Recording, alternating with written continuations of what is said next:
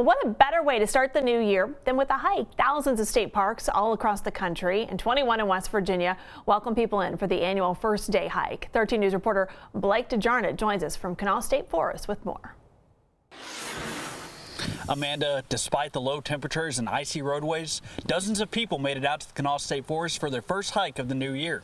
Close to 40 hikers gathered at the Kanawha State Forest Nature Center to ring in the new year with exercise and fresh air. People had two options this morning. They could take a 3.5-mile hike on the Castle Rock Overlook Trail or a much quicker, less intense quarter-mile hike on the Salamander Trail. I joined the group on the Salamander Trail, which was geared towards learning about the foliage that can be found on the path and enjoying the calming silence of Mother Nature. One hiker I spoke with says there's no other place he'd rather be to celebrate the start of 2026.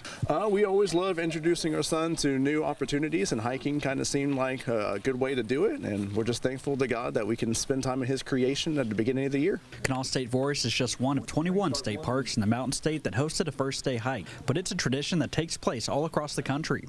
I can't speak for those on the 3.5-mile hike, but I can tell you everyone with me on the Salamander Trail enjoyed the peaceful stroll through the forest. At the end of the hike, everybody who walked the trail was treated to a special first day hikes patch with special details signifying the 250th anniversary of the United States of America.